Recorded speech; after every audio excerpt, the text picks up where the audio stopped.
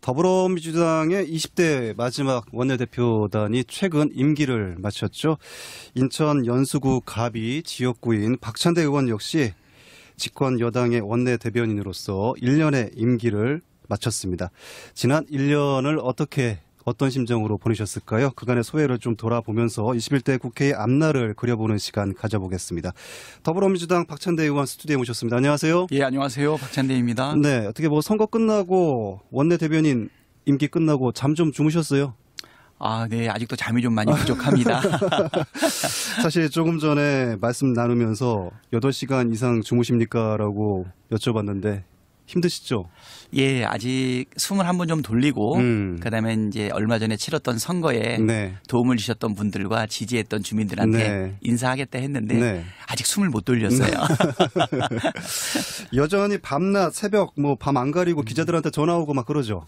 아, 그래도 이제 많이 적어졌습니다. 그래도 한 1년 동안 기자분들하고 정이 많이 들어가지고 그럴 것 같아요. 지금도 답답한 일 있으면 가끔 전화 주시는 기자님들 계셔요. 네, 그만큼 기자들하고의 유대 관계도 좋으셨던 것 같아요. 네, 쉽지 않거든요. 잘 지낸 것 같습니다. 네. 자, 지난 1년 전으로 한번 돌아가 보죠. 마지막 그 원내대변인 브리핑하실 때 표현이 1년 전을 돌아보면서 사면 초과에다가 설상가상이었다 이렇게 표현하셨어요. 어떤 상황이었기에 이렇게 암울한 표현만 갖다가 쓰셨습니까? 예, 사실 우리가 시작할 때는 좀 막중한 책무가 아주 산적해 있었죠. 이인영 원내대표가 취임한 5월 초에 그 바로 직전인 4월 말에 패스트트랙 법안 처리와 관련된 물리적 충돌이 심하게 있었거든요. 그랬어요. 그러다 보니까 여야의 대화 가능성은 완전히 막혀 있고 또 미래통합당, 그 당시 자유한국당은 장외투쟁을 선언해서 원 안으로 거의 들어오지 않은 상황이었습니다. 이인영 원내대표하고 원내대표단이 호프타임 같은 것을 이렇게 대화도 노력을 했는데요. 그 당시에 추경 통과를 위한 임시국회조차도 열리지 않은 상황이었습니다. 그랬죠. 그래서 안으로는 협의가 잘 이루어져야 될 텐데 꽉 막혀 있는 상황이고 밖으로는 일본의 경제 전쟁이 지금 시작되고 있는 상황이었거든요. 그러니까 안으로는 꽉 막혀 있고 밖으로도 갈등이 있는 상황이었습니다. 그래서 아마 거의 내후 외환의 상황이 아니었나 그런 표현으로 아마 제가 말씀드렸던 것 같습니다. 그렇게 출발을 했고 1년의 임기를 마치셨어요. 1년이라는 시간을 나누어서 몇 마디 말로 압축하기에는 힘들겠지만 어떻게 압축을 해보시겠습니까? 그래서 일단은 압축하려니까 첫 번째는 이제 고진감래. 고진감래. 예. 고생 끝에 낙이 온다는 말처럼 시작에는 굉장히 어려움과 힘듦이 있었지만은 어쨌거나 지금 현재 모든 것을 이룬 것은 아니지만 지금 좋은 결과를 잘 이루어냈고요. 특히 여러 가지 개혁 입법을 위한 정말 많은 노력들이 있었거든요. 패스트트랙 그 법안을 하나하나 처리해 나가는 과정 속에서 굉장히 극심하게 집중해야 되는 결과들은 나왔지만 결국 마지막에는 또 총선에서 우리가 실패한다라고 하면 이런 개혁 입법이 무산되고 혹시 레임덕으로 가는 것 아닌가 어려움이 많았는데요. 총선도 크게 승리하고 그리고 남아있는 문재인 대통령 임기 2년 동안 열심히 일하라고 하는 결과도 받아냈기 때문에 저는 한마디로 말씀드리면 고진감래 또는 전화위복 아니었나. 전화위복. 사면초가 설상가상으로 출발을 해서 고진감래, 전화위복 이런 결과를 도출을 했어요. 자, 그런데 20대 국회가 지금도 마찬가지예요. 국민들로부터 식물국회, 동물국회 이런 비판 많이 받고 있거든요. 그래도 꼭 완수해야 할 일들이 있었고 또 통과시켜야 할 법안들도 굉장히 많았어요. 대표적으로 이 20대 더불어민주당의 마지막 원내대표단이 임무를 완수해낸 법안 어떤 것들이 있을까요? 예, 지금 우리 20대 국회가 법안 통과율로 본다라고 하면 40%에 미달하기 때문에 역대 최악이다라는 오명을 가지고는 있지만 그 어려운 환경 속에서도 패스트트랙 등 물리적 충돌도 있었지만 상당히 많은 성과들을 내었습니다. 먼저 역대 어느 정권도 하지 못했던 검찰개혁법. 검찰개혁법. 그다음에 누대기가 되기는 했지만 여러 가지 꼼수로 인해서 발생한 선거제. 이 개혁법도 통과시켰고요. 유치원 3법과 같은 민생개혁 관련 법안들도 지금 통과를 시켜나가고 있습니다. 지금 40%를 통과하지 못한 결과만 놓고 보면 국민 앞에 죄송하지만 그것은 결국은 우리가 여야 협치를 20대에서 이뤄내지 못했기 때문에 그렇다고 보이고요. 이제 20일이 되면 마지막 국회 본회의가 열리게 됩니다. 그 기간 동안만이라도 사실은 남아있는 법안들을 꼭 통과하고 싶고요. 그리고 또 하나는 그동안에 이 어려움을 보게 되면 제1야당이 그동안 국회 보이콧을 9번이나 했어요. 9번이요? 예. 네. 그 와중에도 우리는 원내대표급 회동을 64차례를 열었고요. 네. 합의문을 10개나 만들어가는 노력들을 통해서 네. 법안 통과를 뒷받침했다. 이런 말씀 드릴 수 있고요. 네. 그리고 또 20대 국회에는 주권자가 국민이라는 거를 보여줄 수 있지 않았습니까? 네. 탄핵안을 상정해서 네. 또 이것을 처리했던 어떻게 보면 가장 어려운 중에서도 네. 놀랄 만한 성과들은 있었던 국회다. 네. 다만 열심히 일하지 못한 모습 이것은 21대는 반드시 개선돼야 되지 않을까 네. 이렇게 생각됩니다. 21대 국회의 모습을 한 번 더 기대를 해보겠습니다. 어쨌든 총선 승리 이것으로 원내대표단 임기를 마무리 지었어요. 그런데 원내대표단에서 원내대변인으로 집권여당의 대변인 원내대변인으로 일을 하면서 아 진짜 이 원내대변인 일 못해 먹겠다 이런 마음 드신 적 없습니까? 네. 있는 힘든 것은 분명히 있었어요. 네. 일단 잠이 부족했고 그다음에 우리 당내에서 하는 모든 회의에 거의 대부분 참석을 해야 됐고요. 다만 이제 힘들었던 부분은 뭐냐면 이제 국회를 출입하는 기자가 네. 몇천 명 되고요. 네. 그중에 이제 여당 출입 기자가 한 반 가까이 된다라고 보면 그분들이 가지고 있는 여러 가지 네. 사실은 질문사항 이런 내용들에 대해서 다 준비하기에는 네. 상당히 어려운 부분이 좀 있거든요. 네. 뭐 곤란한 질문이라든가 또는 대답하기 어려운 내용이라든가 이런 부분을 접할 때 네. 사실 좀 어려운 부분들은 좀 있었는데요. 네. 사실 저를 제일 힘들게 만들었던 부분은 전화입니다. 전화요? 예. 네. 거의 뭐 하루에 10시, 20시간 가까이 전화가 온다고 생각하면 되고요. 네. 그 모든 전화를 다 일일이 응답하기도 어렵고 네. 또 내용을 모르는 부분도 많이 있기 때문에 사실 최대한 노력을 했지만 네. 한 오는 전화의 반 정도밖에 소화하지 못하지 않았나 네. 뭐 이런 생각이 좀 들고요. 그랬군요. 이인영 원내대표하고는 마음이 잘 맞았습니까? 생각이 예. 맞아야지 대변인도 잘할 수가 있는데 말이죠. 예, 잘 맞았던 것 같고요. 네.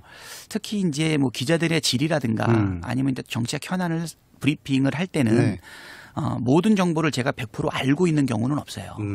부분 떨어져 있는 정보라든가 내용을 네. 가지고 원내대표 그리고 민주당의 입장으로는 네. 어떤 방향성과 그다음에 이렇게 추구하는 가치가 뭔가를 보면서 네. 거기를 메워나가는 사실 브리핑들을 많이 진행을 하고 있거든요. 네. 그런데 지난 1년 동안 이인영 원내대표의 네. 입의 역할을 하게 되면서 뭐 가끔씩은 미스매치가 난 적도 있기는 네. 하지만 전반적으로는 무난하게 네. 잘 하지 않았나. 가끔 미스매치가 난 적이 있다고 하셨는데 뭐 공개를 좀 하셔도 괜찮은 사안인가요? 글쎄 뭐 구체적으로 생각나지 않는 네. 한두 가지는 뭐냐면 제가 좀 앞서 발표한 이런 것들이 있지 않습니까? 그래요? 네. 그리고 아까도 말했듯이 합의문을 10번 만들었다는 얘기는 네. 그 합의문을 이뤄내기 위한 60차례 이상의 회담이 있었는데 협상의 과정 속에서는 네. 우리가 알고 있지만 사실 미리 오픈하기 어려운 전략적인 내용들도 좀 있어요. 네. 그런 것들이 사실 조금 미리 오픈되거나 아니면 제가 상상해서 얘기를 했는데 그게 정확하게 맞는 경우 이런 부분들은 좀 곤란할 수 있습니다. 그렇게 좀 마음이 좀 흔들리고 몸이 힘들 때마다 박찬대라는 집권여당의 원내대변인을 잡아준 튼튼한 뿌리 같은 거 뭐가 있습니까?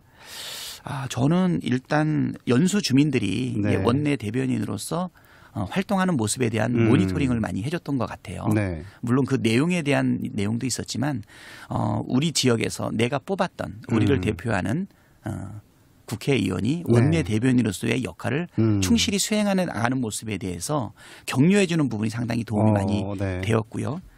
그리고 또 하나는 그 기자들하고 이렇게 대화를 해 나가는 엄중한 상황에서도 유머 코드를 좀 잃지 않았다. 그래서 즐거움으로 어려움을 좀 극복해 나가지 않았나 좀 이런 생각이 많이 듭니다. 이 유머 코드를 잘하시는 분들은 큰 장점이 있는 것 같아요. 네. 예, 사실 뭐 연설도 그리고 아주 엄중한 이 상황에서도 그거를 반전시킬 수 있는 좀 여유 있는 유머가 상당히 좀 좋지 않았나 이 생각이 듭니다. 네, 원내 대변인으로서 언어를 고르고 정제하는데 고심이 많을 수밖에 없겠어요. 이 고심한 지점들 어떤 것들이 있었습니까? 사실 저는 이 대변인을 하게 되면서 우리 이 논평문을 같이 준비하고 있는 우리 보좌진들하고 늘 지시한 부분은 뭐냐면 비판 일변도로 가면 안 된다. 그리고 가치, 그다음에 어떤 힘이 되고 희망이 되고 네. 하는 정말 국민들에게 든든하게 할 수 있는 그러면서도 우리를 대표할 수 있는 그 정치 언어를 고르라고 네. 요구를 많이 했는데요. 긍정의 언어요. 네. 네. 지난 1년 동안 나갔던 논평들을 살펴보니까 네. 아무래도 비평이 많더라고요. 네. 그래서 이제 그 부분에 대해서는 비평 위주 또는 비판 위주로 가는 논평은 지양해야겠다는 생각을 좀 많이 가지고 있었고요. 네. 그리고 대변인은 이 말을 쏟아내고 나면 담지를 못하기 때문에 맞아요. 말의 빚을 가지고 있고 네. 또 상대방을 비판할 때는 날카롭게 휘두르지만 네. 그 칼날에 또 제가 베일 수도 있거든요. 그래서 이런 부분에 균형을 맞추는 게 네. 가장 어렵지 않았나 생각을 했고요. 네. 한 가지 룰은 대신 비판은 하되 네. 막말은 하지 말자. 막말하지 말자. 그다음에 욕설하지 네. 말자. 네. 그리고 상대방을 꼬집기는 해도 두들겨 패지는 말자. 뭐 이런 정도의 생각을 했었고요. 네. 또 심각한 논평을 할 때도 최대한 유머를 구사하든가 네. 아니면 꼬집으면서 또 라임도 맞춰가는 등 네. 이렇게 날카롭고 따끔한 비평을 들으면서도 한번 웃을 수 있는 네. 이런 논평을 하기 위한 노력을 했고요. 그리고 대변인이 좀 품격 있게 정치 네. 언어를 구사해야 되지 않느냐. 중요한 부분이에요. 네. 그래서 제가 아까 대변인하면서 힘들었다고 하는 부분을 네. 지탱했던 좋은 거는 국회를 빛낸 바른 정치 언어 대상을 받은 적이 있어요. 네. 그래서 그 상을 부끄럽지 않게 하기 위해서 노력했던 부분이 좀 있습니다. 그러셨군요. 자, 그리고 이제 조금 있으면은 21대 국회가 시작을 합니다. 21대 국회 무엇을 먼저 시작을 해야 하고 어떻게 변화를 해야 할까요? 일단 21대 국회를 바라보고 있는 국민들의 요구사항은 일하는 국회라고 생각이 됩니다. 문재인 대통령과 민주당을 적극적으로 지지한 것은 일단은 발목 잡는 정쟁 네. 일단 국민의 힘으로 치워주고 최선을 다해서 당정이 힘을 합쳐서 일하는 네. 모습을 보여달라는 건 아닐까 싶습니다. 네. 그래서 먼저는 경제 활성화 대책 마련을 위해서 적극적인 법안 정책 네. 이 부분에서 뒷받침을 해줘야 될 것 같고요. 그리고 지금은 구조조정할 때가 아니라 네. 일자리를 유지하고 창출해야 될 때다라는 생각이 됩니다. 네. 그래서 코로나19와의 전쟁이 현재 진행 중이기 때문에 이를 극복하기 위해서 사실 노력해야 되고요. 네. 또 지금 3차 추경이 지금 준비되고 있거든요. 네.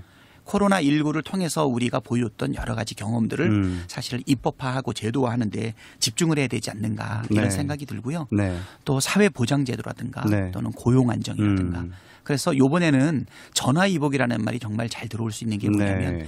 이제는 우리 대한민국 공동체가 고르게 지속 가능한 발전을 하고 네. 공동체를 유지하는 방향으로 우리 국력을 모아야 되지 않는가. 네. 예전과 같은 편가르기 양극화 네. 또 한쪽으로 쏠리는 불공정 사태로는 네. 더 이상 대한민국을 지탱할 수 없다. 그래요. 그리고 국제 협력도 굉장히 중요하다. 그러니까 안으로도 똘똘 뭉쳐서 네. 지속 가능하게 우리가 공동체를 유지해야 되겠지만 네. 우리나라만 잘해서는 또 안 된다는 거 이번에 인식되지 않았습니까? 맞아요. 네. 국제 협력을 선도해 나갈 수 있는 이런 거고요. 정부의 차관 한 분하고도 말씀을 나눴는데 네. 코로나를 겪어 나가면서 우리 대한민국이 사실은 지구촌 내에서 일종의 소명을 받은 것이 아닌가. 네. 그 역할을 다할 때 진정한 도약이 있지 않나 이런 생각이 듭니다. 네. 자, 마지막으로 박찬대라는 인천 연수구 갑의 국회의원 또 하나의 헌법기관으로서 박찬대라는 정치인은 앞으로 어떤 정치인이고 싶습니까? 예, 4년 차에 이제 대변인을 경험을 하면서 네. 대변한다라고 하는 것은 결국 민주당을 대변하고 원내대표의 정책을 대변하는 거였는데요. 이제는 그 소임을 다하고 우리 인천을 대변하고 네. 또 우리 주민들을 대변할 수 있는 네. 그런 정치 해야 되지 않는가. 네. 그래서 제가 어떤 정치적인 성과를 내겠다는 욕심보다는요. 우리 주민들, 우리 시민들이 기댈 수 있는 정치인 네. 그리고 과분한 욕심이지만 네. 사랑받는 정치인이 돼야 되겠다. 네. 이런 각오를 하고 있습니다. 네. 못다한 말씀 있으시면 해주시고 마무리하죠. 예. 네. 우리 유권자분들한테 네. 우리 연수 주민들한테 따로 한 말씀 드리면요. 네. 20대에는 부족하지만 성실과 품격, 실력 세 가지를 가지고 의정 활동을 했는데요. 이번에야말로 국민들의 높은 수준에 맞는 정치가 화답해야 될 때가 아닌가 이런 생각이 들고요. 네. 21대에는 20대의 부끄러웠던 국회의 모습을 탈피해서 21대에는 국민 수준에 네. 버금갈 수 있는 네. 어쩌면 국민들한테 희망을 줄 수 있는 정치를 하기 위해서 최선의 노력을 다하고 협치의 정치에 앞장서도록 네. 하겠습니다. 감사합니다. 네. 오늘 말씀 잘 들었습니다. 고맙습니다. 예, 감사합니다. 네. 지금까지 더불어민주당 박찬대 전 원내대변인과 말씀 나눴습니다.